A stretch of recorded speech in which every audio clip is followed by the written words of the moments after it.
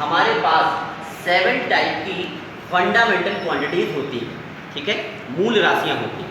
7 type की fundamental quantities हमने आपको बता रखा है, लेंथ, मास, टाइम, है ना, और क्या होती है, करंट, क्या होती है, करंट, और क्या होती है, ल्यूमिनस इंटेंसिटी, है ना, और टेम्परेचर होती है। ऐसी बहुत सारी आपके पास मिलेगी। कई सारी बुक जो है इन फंडामेंटल क्वांटिटीज को, जो फंडामेंटल क्वांटिटीज हैं या जो मूल राशियां हैं, ये 6 दिखाती हैं। कई सारी बुक्स जो हैं वो 7 दिखाती हैं। उसके पीछे का रीजन ये है बच्चों कि कई सारी बुक्स जो हैं वो एक केमिस्ट्री में आता है अमाउंट ऑफ सब्सटेंस, ठीक है ना, किसकी बात करते हैं हम लोग, अमाउंट ऑफ सब्सटेंस की बात करते हैं, ठीक, अमाउंट ऑफ सब्सटेंस, जिसमें केमिस्ट्री में पढ़ाया गया होगा इसकी यूनिट को मोल, पढ़ा होगा शायद आप लोगों ने, मोल पढ़ा है। तो मोल जो है वो इसकी यूनिट होती है। कई सारी बुक इसको फंडामेंटल में लेती हैं और कई सारी बुक इसको फंडामेंटल में नहीं लेती हैं। इस वजह से जो बुक्स नहीं लेती हैं वो 6 टाइप की बताते हैं और जो बुक्स लेती हैं अमाउंट ऑफ सब्सटेंस को 7 टाइप की फंडामेंटल क्वांटिटी बताती हैं, ठीक है, 7 प्रकार की मूल राशियों की बात करती हैं, ठीक। तो सबसे पहले ये फंडामेंटल क्वांटिटीज होती क्या है, वो क्वांटिटीज जो जिनको एक्सप्रेस करने के लिए, जिनको लिखने के लिए किसी और की जरूरत नहीं है, उनको हम कहते हैं। जैसे लेंथ, है ना, लेंथ को लिखने के लिए किसी और की जरूरत है नहीं, लेंथ अपने आप में खुद एक फिजिकल क्वांटिटी है। मगर जैसे यहाँ पर हम लिख देते हैं एरिया, तो एरिया को लिखने के लिए किसकी जरूरत पड़ती है, लेंथ और ब्रेड्थ की। एरिया को किसके ऊपर डिपेंड रहना है, लेंथ और ब्रेड्थ पर। मगर जो लेंथ है वो अपने आप में इंडिपेंडेंट है, वो किसी के ऊपर डिपेंडेंट नहीं है। तो जो किसी पर डिपेंडेंट नहीं है, किसी और पर निर्भर नहीं है, उसे हम क्या कहते हैं, फंडामेंटल बोलते हैं। और जो किसी और पर निर्भर होती हैं, डिपेंडेंट होती हैं, उनको हम बोलते हैं, कौन सी यूनिट बोलते हैं, डेराइव्ड बोलते हैं, याद होगा, ठीक है। इसके अलावा भी हमने प्रीवियस वाले जो वीडियोस थे उसमें देखा भी होगा आप लोगों ने, उसमें अगर हमने बताया नहीं था, इसके अलावा भी कई सारी बुक्स दो एक और टाइप की होती है जिनकी बात वो करता है। ना तो वो फंडामेंटल होती है और ना ही वो क्या होती है, ना ही वो हमारे पास किस तरीके से होती है, ना ही वो फंडामेंटल होती है और ना ही वो डेराइव्ड होती है, इन दोनों के बीच की बात होती है। उनको बेटा बोलते हैं टेंसर, क्या बोला जाता है, टेंसर, ठीक है, बीच की चीजें होती है। फिलहाल जैसे एंगल, एंगल पढ़ा है, ठीक है, एंगल, और एक और पढ़ोगे सॉलिड एंगल, ठीक है, इसको हिंदी में बोलते हैं कोण और इसको बोलते हैं घन। तो आप लोग सोच रहे होंगे, इसको तो हम जानते हैं, खूब बनाए हैं छोटी क्लास में, ये कौन सी बला है ना, ये कौन सी मुसीबत, तरबूज खाया है कभी, है ना, तरबूज खाने में पापा जब तरबूज लेकर आते थे बच्चों, तो क्या करते थे, उसको चेक कराते कि वो सही है या नहीं, लाल है या नहीं, और लाल चेक कराने के लिए उसमें फांकी लगवाई जाती थी, कट होता था, कट करके जब उस फांकी को बाहर निकाल दोगे आप, तो जो सेंटर के साथ एंगल बनता है वो एंगल ये वाला नहीं होगा, आप फील करें, ये तो कॉपी पर बनता है ना, 2D होता है, ये कैसा है, गोल टाइप में बनेगा। तो ये वाला जो एंगल होता है इसी को क्या कहते हैं, सॉलिड।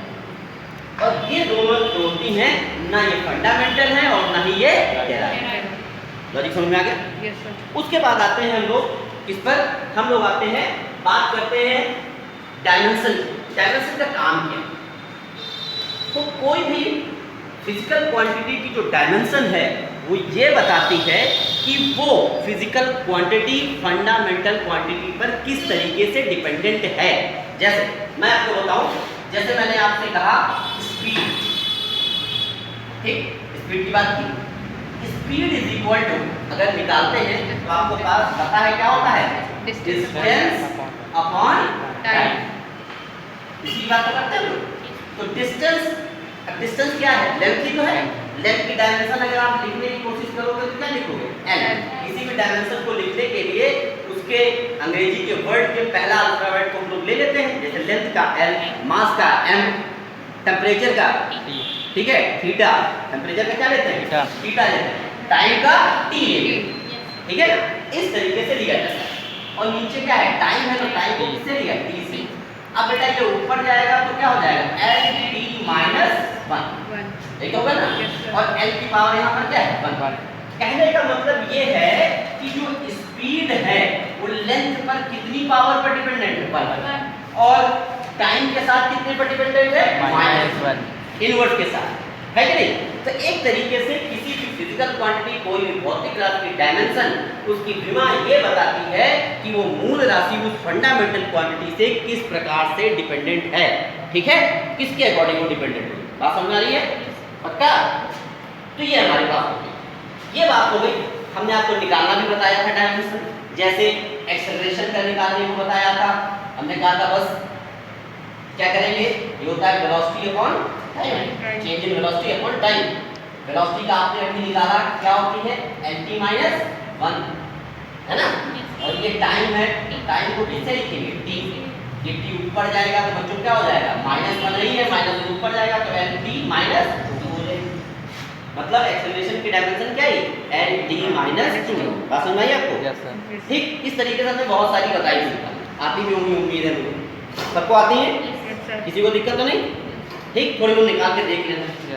अब उसके बाद बात करते हैं यूज, इसकी जरूरत कहाँ है, क्यों इसको पढ़ रहे हैं।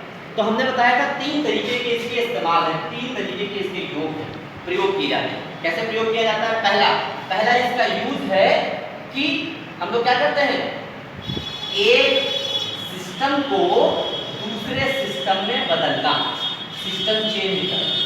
सिस्टम चेंज करने का मतलब समझते हैं, 3 तरीके के हमारे पास मेजरमेंट सिस्टम हैं।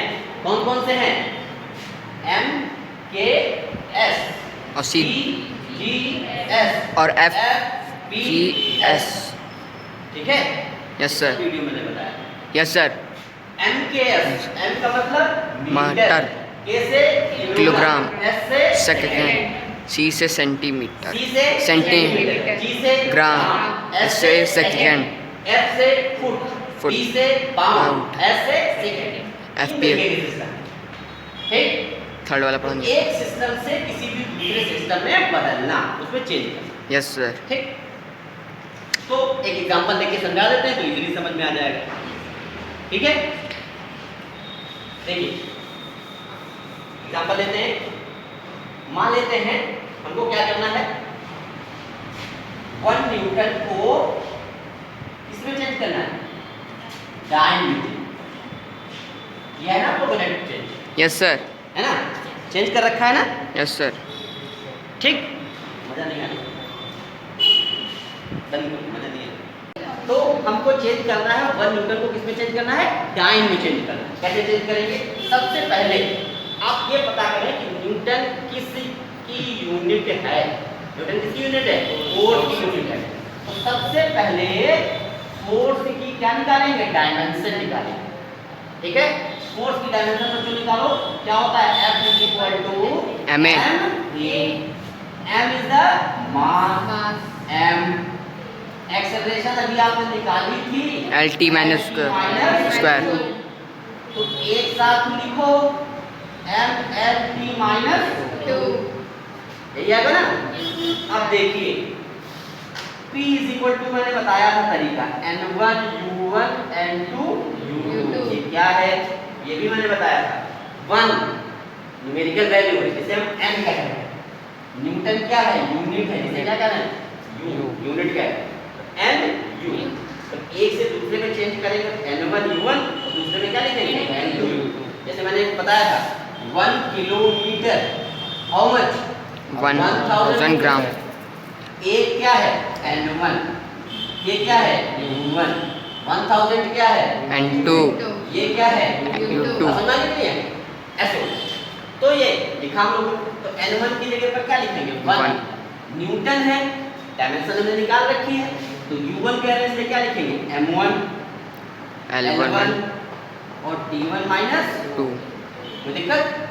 N2 टाइम हमें निकालना है ना, तो N2 तो पता ही करना है, डायमेंशन में कोई चेंज तो होता नहीं है, तो क्या होगा, M2 L2 M2 L2 T - 2। तो दिक्कत तो नहीं। No sir. ये बेटा क्या आएगा 1, इसको इधर उठा लो तो m1 अपॉन m2 यही आएगा। ये क्या होगा l1 अपॉन L2 और बेटो ये क्या होगा, कोई दिक्कत यहाँ तक किसी परेशानी, ये क्या आएगा m1 की वैल्यू किसमें लिखते हैं किलोग्राम में, मैंने बताया था Yes, मास sir. है ना, किसमें लिखेंगे ग्राम किलोग्राम, ग्राम। ठीक है। तो केजी टाइम क्या है सीजीएस सिस्टम, हाँ, क्या है CGS। सीजीएस में क्या क्या लिखते थे ग्राम किसमें लिखते थे ग्राम। दिक्कत हो पूछ रहे हैं तुरंत। Okay sir. L1 लेंथ, लन लेंथ को इसमें किसमें लिखते थे किलोमीटर मीटर किसमें लिखते थे मीटर याद है ना? ये कौन सा सिस्टम था Yes. ये कौन सा सिस्टम है CGS है ना। तो किसमें लिखेंगे इसमें मीटर। इसमें बेटो किसमें लिखेंगे सेंटीमीटर। और दोनों में टाइम को तो सेकंड से लिखते हैं यस ना? सर।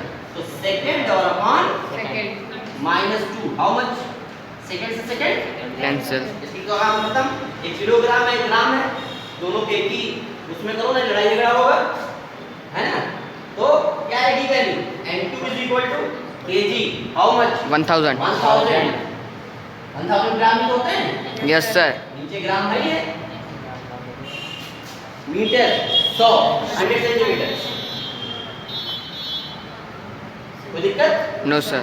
कितना होगा बेटा 1000 1 2 3 4 5 5 हाउ मच, कोई दिक्कत नो सर। ठीक है, कोई परेशानी तो नहीं ठीक। तो ये एक हमारे पास पेंडुलम है, जैसे घड़ी का टुक टुक टुक टुक वाला होता है ना, पुराने जमाने में चलता था है ना, जैसे वो दिखला करते थे।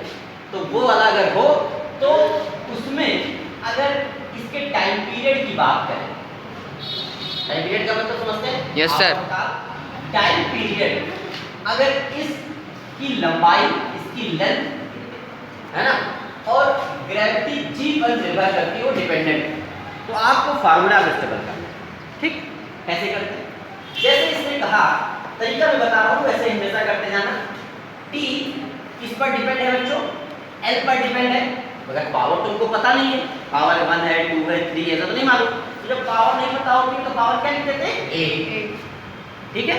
दूसरी तरफ यही टाइम पीरियड ग्रेविटी मतलब गुरुत्वाकर्षण क्या बोलते हैं उनको ग्रेविटी जी के ऊपर भी डिपेंड कर रही है, तो इसकी पावर क्या लिखी है बी। दोनों को एक साथ जताते हैं तो n टू पावर a और g टू पावर b, या t इज इक्वल टू जब यहाँ पर प्रोपोर्शनल का साइन हटाते हैं तो एक कांस्टेंट यूज करते हैं है ना। तो n टू पावर a आएगा और g टू पावर क्या आएगा, यहाँ तक किसी को परेशानी अगर नहीं है तो हो गया समझ लीजिए। t टाइम पीरियड है, टाइम पीरियड मतलब टाइम ही तो है, तो टाइम क्या लिखा हुआ है 1, ठीक। के ही है, ये लेंथ है लंबाई स्ट्रिंग की थी, तो लेंथ एल और इसकी पावर टोटल कितनी है a। ग्रेविटी ये है क्या एक्सेलरेशन, त्वरण ही तो है, और त्वरण की आपको पता है LT - 2 और इसकी पावर कितनी की, एनी प्रॉब्लम। जब किसी की डायमेंशन लिखते हैं तो उसमें m का भी जिक्र करते हैं, l का भी जिक्र करते हैं और t का भी जिक्र करते हैं, मगर यहाँ पर t की पावर तो 1 है, m नहीं है, कुछ नहीं, वहां पर पावर क्या लगा देंगे 0, ठीक।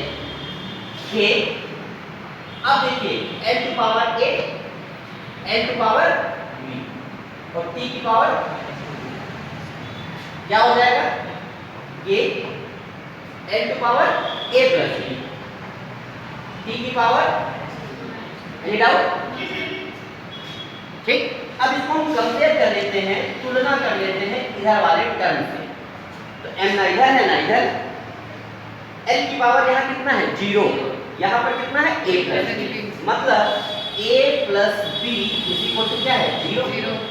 इसी तरीके से t की पावर कितना लिखा है -3 और यहाँ पर 1, मतलब b की वैल्यू कितनी है -8। इस b की वैल्यू यहाँ रखोगे तो a की वैल्यू कितनी आ जाएगी आप 1/2 आ जाएगी। a और b आ गए, आप आइए यहाँ पर फिर से इसको इक्वेशन नंबर 1 मान लीजिए, मतलब a और b की वैल्यू कहाँ पर रखने पर 1, तो t k l की पावर 1 by 2, वेरी गुड।